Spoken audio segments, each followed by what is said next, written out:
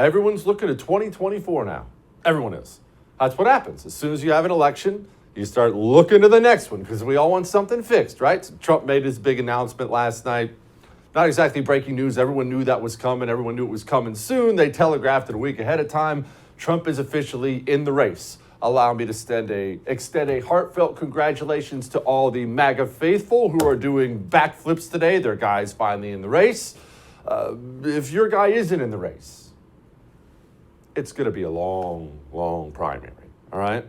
And Ron DeSantis is getting in. Please understand when I say Ron DeSantis is getting in, Ron DeSantis has been building a presidential campaign team for months. Months he has. He's getting in. It's just a question of when. Probably going to wait a while.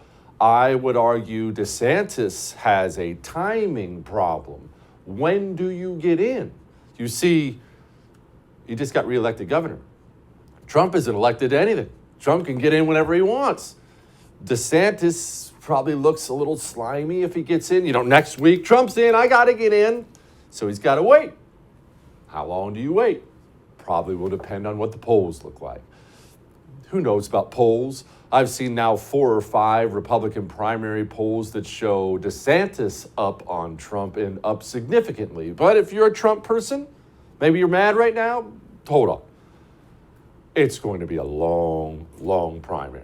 Does it look like a two-man race right now? Yeah, of course it looks like a two-man race. I don't see how anyone else can get the traction necessary. It's going to be Trump. It's going to be Heavy D. If you got that Heavy D bumper sticker on your car, good for you. If you got the Trump bumper sticker on your car, good for you. I'd never have a guy. It's not my thing, but I get why it's your thing. My only word on it tonight is going to be this.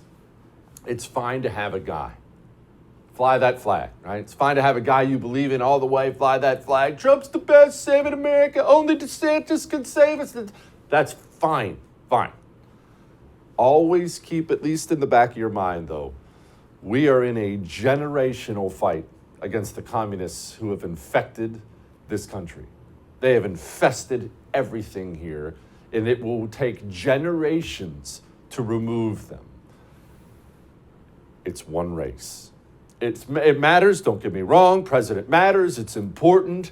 Even if we win everything in 2024, Trump wins it all, DeSantis wins it all, you will still spend the rest of your life fighting against these people, and so will your children. There are bigger things than any one man. Just always keep that in mind. You can have your guy, just keep that in mind. And keep in mind that beyond the Trump Heavy D primary that's coming, we have a GOP that's sick, and it needs to be cured. It needs to be purged, I should say. You see, we've had the way they've always done things for a long time in Washington, where you and I, we go to the polls and we have to vote for these crappy Republican candidates who promptly go to Washington, D.C. and accomplish nothing. And they don't stand for us. Oftentimes, they work with the other side. What's the big news of today? Mitch McConnell, he just got reelected as the minority leader. He's going to be the GOP Senate leader. There was some dissension. That's a good thing, that there is dissension beginning to rise. But Mitch McConnell leads the Senate GOP. And when I thought about that, I thought about election. You remember the election just a week ago, a little more than a week ago? And the day after, the days after, maybe even still today, we were kind of sore about it, right? I have been. I bet you have been too. Just, man, that sucks. I've been feeling it. We don't have the Senate. We got the House, a narrow majority, but we don't have the Senate. But the more I thought about it, I was sitting last night and I was brewing on this. The more I thought about it, the more I thought back to, well, videos like this. Senator Cornyn, who, as you know, I asked to be the point person on our side to see if we could come to an outcome after these horrible school shootings. And his teammates indicated, as you have reported, a coming together behind a framework which hopefully can be turned into legislative language and passed.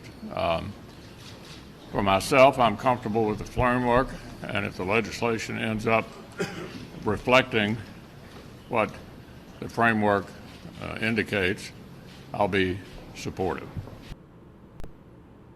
That was the leader of the GOP Senate directing John Cornyn to work with Democrats to take away more of your gun rights in the wake of a school shooting. Just surrendered the narrative to the communists. It is about guns.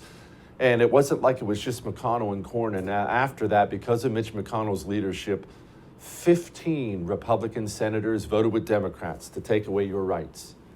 So let me ask you something. Why am I supposed to care that we don't have the Senate? What are the Democrats going to do? Pass trillion-dollar bills? Republicans did that with them. Pass gun control bills? Republicans did that with them. Why am I supposed to care? I'm done caring about a party that doesn't care about me. Oh, the GOP doesn't have the Senate. The GOP doesn't deserve to have the Senate. They don't deserve your support or mine. I'm done with the low-T GOP. Start finding someone who actually represents me in Washington, D.C., instead of representing D.C. to me. That's what we need.